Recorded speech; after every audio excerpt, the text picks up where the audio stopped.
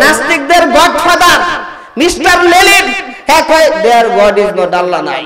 কত বড় বেকুব। এন্ড শেষ বয়সে এসে কয় আল্লাহ আল্লাহ আল্লাহ। আর লেনিনের যে লোকেরা আছে কয় উস্তাদ সারা জিন্দেগি ভর কইলেন আল্লাহ নাই, দুনিয়াটা এমনি হয়ে গেছে, অটোমেটিক হয়ে গেছে, এখন যে আপনি আল্লাহ আল্লাহ কোন ব্যাপারটা কি? হ্যাঁ আপনি কি মোল্লাদের দলে চলে গেলেন গেলে কি? লেনিন দেখে দেখে বলে না না আমি মোল্লাদের দলে যাই নাই। কয় তাহলে যে আল্লাহ আল্লাহ বলেন কারণটা কি? কয় আমি জানি না, যখন আমি আল্লাহ আল্লাহ বলি আমার কলিজার মধ্যে আমার ভেতরটা শান্তি হয়ে যায়, আমার সমস্ত অস্থিরতা দূর হয়ে যায়। সুবহানাল্লাহ। আর জোরে বলেন না সুবহানাল্লাহ। এক স্কুলের মধ্যে পরিদর্শক আসছে, ইন্সপেক্টর আসছে, আয়েশা বলতেছে তোমাদের কি ক্লাস চলতেছে? কয় আমাদের অঙ্কের ক্লাস চলতেছে স্যার। একটা অঙ্ক করো তো তোমাদেরকে পরীক্ষা নিয়ে লই। শুনতেছেন খেয়াল করে নাকি? না কোনো অসুবিধা হইতেছে? অসুবিধা হলে কোয়েন, আমার জন্য সুবিধা, আমি তাড়াতাড়ি যাইতে পারবো। আল্লাহু আকবার। তো ইন্সপেক্টর এসে বলে তোদের কি ক্লাস চলতেছে? কয় অঙ্কের ক্লাস। একটা অঙ্ক করো তো। কি অঙ্ক? কয় গাড়ি থেকে নাইমা ক্লাসরুমে ঢুকতে আমার 10 মিনিট লেগেছে, বলো তো আমার বয়স কত হয়েছে? এটা কোন সূত্রের মধ্যে পড়লো? আর ছাত্র তো মাশাআল্লাহ যুগ বিয়োগ পুরাণ বাদ এলজেব্রা যা ছিল সব করছে কামনা।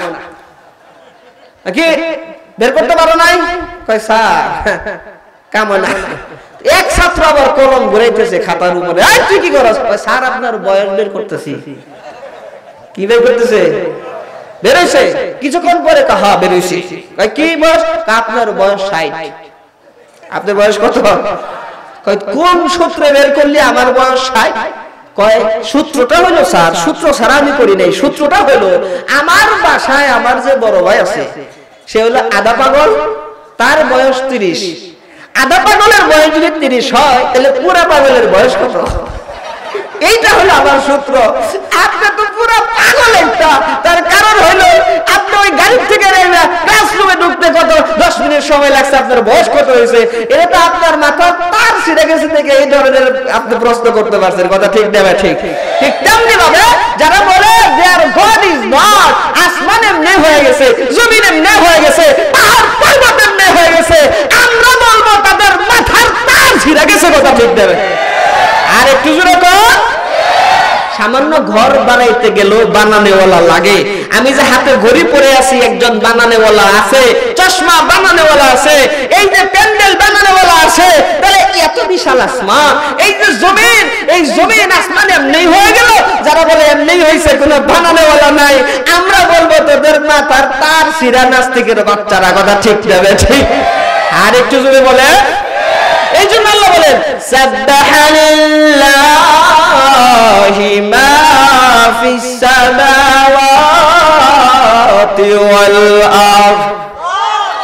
ও দুনিয়ার মানুষ, তোমাদেরকে মোহাব্বত কইরা বানাইলাম, আদর কইরা নিজের হাত দিয়া বানাইলাম, তোমাদেরকে একটা মেসেজ দিয়া দেই, তোমরা সারা যত প্রাণী আছে আসমান জমিনে যা আছে সব কিছু আমি আল্লাহর জিকির করে।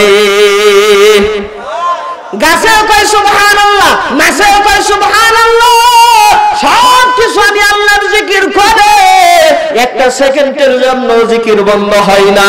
কিতাবের মধ্যে আসছে যখন কোন গাছ জিকির বন্ধ করে দেয়, ওই গাছের হায়াত আল্লাহ তাআলা শেষ করে দেন, সঙ্গে সঙ্গে গাছটা স্ট্রোক করে মারা যায়।